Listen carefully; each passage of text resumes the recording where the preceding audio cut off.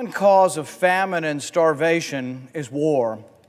Saudi Arabia's air and naval blockade of Yemen has led to thousands and thousands of deaths in Yemen from lack of food and medicine.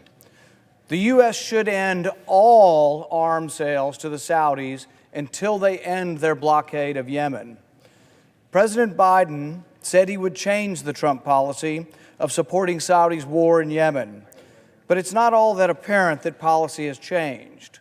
Today, we challenge the Biden administration's sale of $650 million worth of arms, including air-to-air missiles, to Yemen.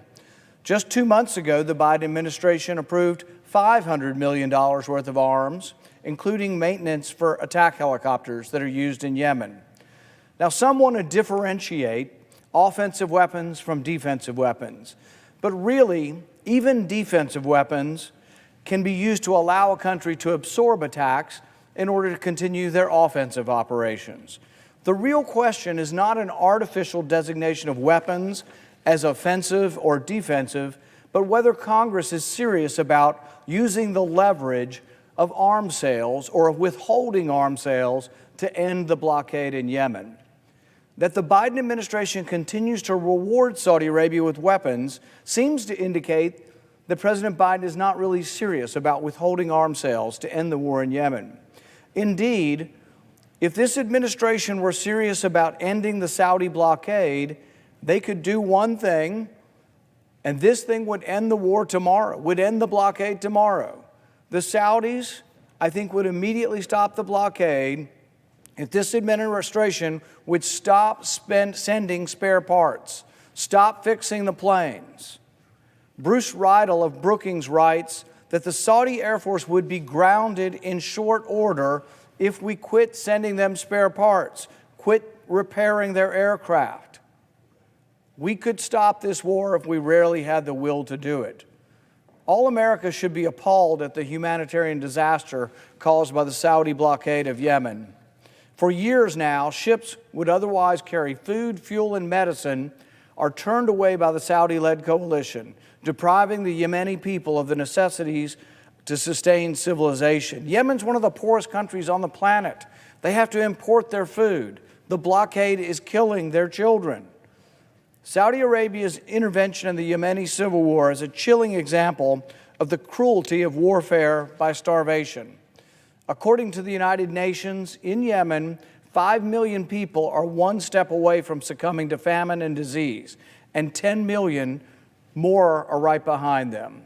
We can start the process of ending this crisis by enacting this resolution of disapproval.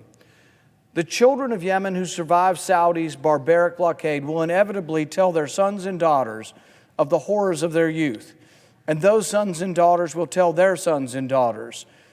Through oral tradition, 1,000 generations of Yemenis will know of the Crown Prince's ruthlessness, and they will also know that it was the Americans that sold the weapons to wage this murderous campaign. The reports from Yemen are literally a nightmare.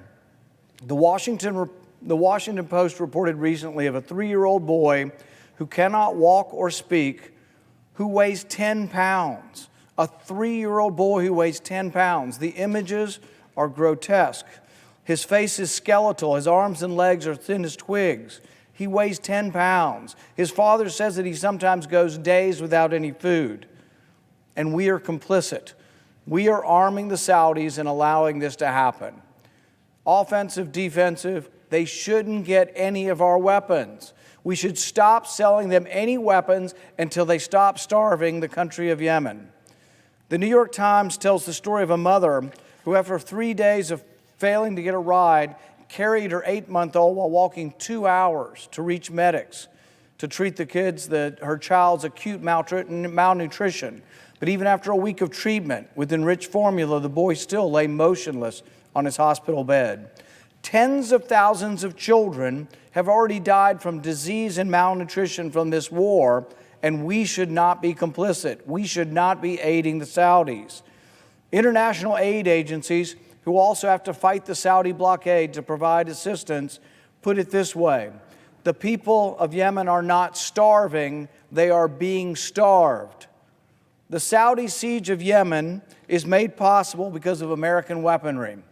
The arsenal provided by the United States includes billions of dollars worth of military aircraft and thousands of air-to-ground munitions.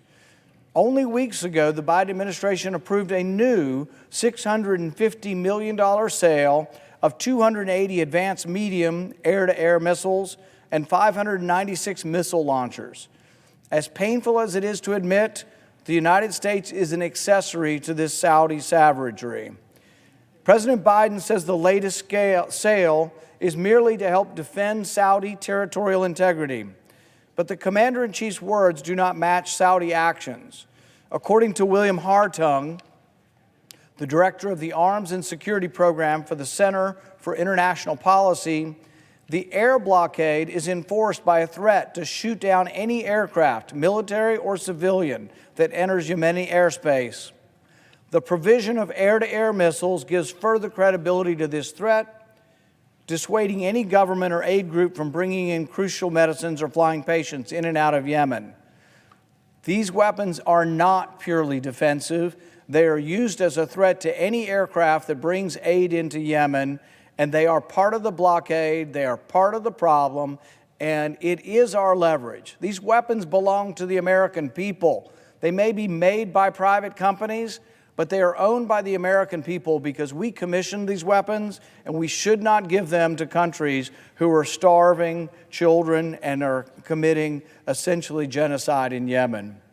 In other words, no weapon is exclusively defensive, and continuing arms sales means continued death and starvation in Yemen. We must end America's complicity in Saudi Arabia's war on Yemen people, on the Yemeni people. If you believe in humanitarianism, if you believe America is a force for good that serves as a model for other nations to emulate, if you believe that the crushing of the Yemeni people must be stopped, then you must vote for this resolution of disapproval. We have a chance to tell the Crown Prince that American arms sales will end until he gives up his starvation campaign. We can end the Saudi blockade and bring relief to the long-suffering people of Yemen. Should we fail to seize this opportunity, history will not let us forget that America, the last best hope for humanity, failed to protect defenseless civilians from the cruelty of a criminal regime. Thank you. Senator from Vermont.